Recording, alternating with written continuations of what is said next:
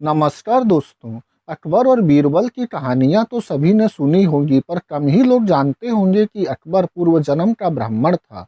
संक्षिप्त भविष्य पुराण के प्रतिसर्ग पर्व के चतुर्थ खंड की कथा के अनुसार अकबर पूर्व जन्म में शंकराचार्य के गोत्र का मुकुंद ब्राह्मण था, लेकिन अज्ञानतावश गाय के दूध के साथ साथ गाय का रोम यानी बाल पी लेने के कारण वह इस जन्म में अकबर और उसके चेले बीरबल और तानसेन वगैरह बनकर पैदा हुए, जिनकी सहायता से उसने राजकाज किया।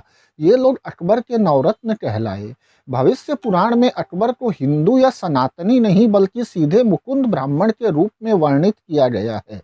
आगे भविष्य पुराण में ही अकबर को एक महान शासक के रूप में भी वर्णित किया गया है। आगे इस कथा में यह भी बताया गया है कि मुकुंद ब्राह्मण का नाम इस जन्म में अकबर क्यों पड़ा। असल में जब अकबर का जन्म हुआ तो हुमायूं को एक भविष्यवाणी हुई कि तुम्हारा पुत्र बड़ा प्रतापी और भाग्यशाली होगा। यह यानी अकस्मात वर यानी वरदान की प्राप्ति के साथ पैदा हुआ है, इसलिए इसका नाम अकबर होगा। खैर, यह तो एक कथा थी, पर अब इस कथा के पीछे छिपे ब्राह्मणी पाखंड और झूठ को समझते हैं। पहली बात तो यह है कि अकबर के नामकरण की जो बात इस पुराण में लिखी है वह आधारहीन है।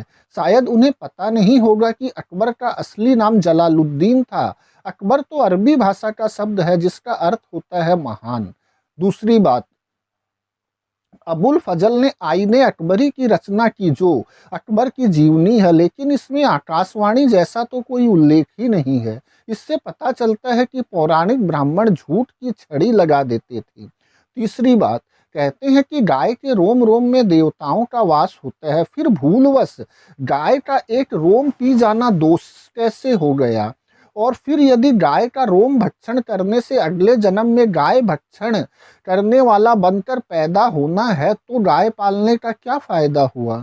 चौथी बात, जब मुकुंद ब्राह्मण ने बाबर के उपद्रव की वजह से आत्मदाह किया था तो अगले जन्म में उसका उसी बाबर के कुल में ही पैदा होना कितना भयानक है। और यदि गाय के रोम भक्षण की वजह से मुकुंद ब्राह्मण मुस्लिम बना तो उसके चेले की अपराध की वजह से अगले जन्म में अब्दुल रहीम खान ए खाना, फैजी और अबुल फजल आदि बनकर पैदा हुए। दोस्तों, दरअसल भविष्य पुराण तो एक झांकी भर है। मुगलों से लेकर ब्रिटिश राज तक का इनका इतिहास चाटुकारिता का रहा है। भले ही इस चाटुकारिता को कोई अपनी काबिलियत कहे या कूटनीति, भारतवर्ष पर हमेशा ही विदेशी आक्रमणकारियों की नजरें इनायत रही है, लेकिन जितने भी ब्राह्मणी साहित्य इस दौरान लिखे गए हैं, किसी में भी विदेशी आक्रमणकारियों की वैसी आलोचना देखने को नहीं मिलती। इनके निशाने पर हमेशा ही भारत का शूद्र वर्ग रहता आया है। वेद पुराण से लेकर गीता हो चाहे रामायण महाभारत हो, इनके हर शास्त्र में जातिवाद का नाग फन ताने खड़ा मिलता है। यह जातिवाद चाटुकारिता भारत की गुलामी के अनेक कारणों में एक मुख्य कारण है। धन्यवाद दोस्तों।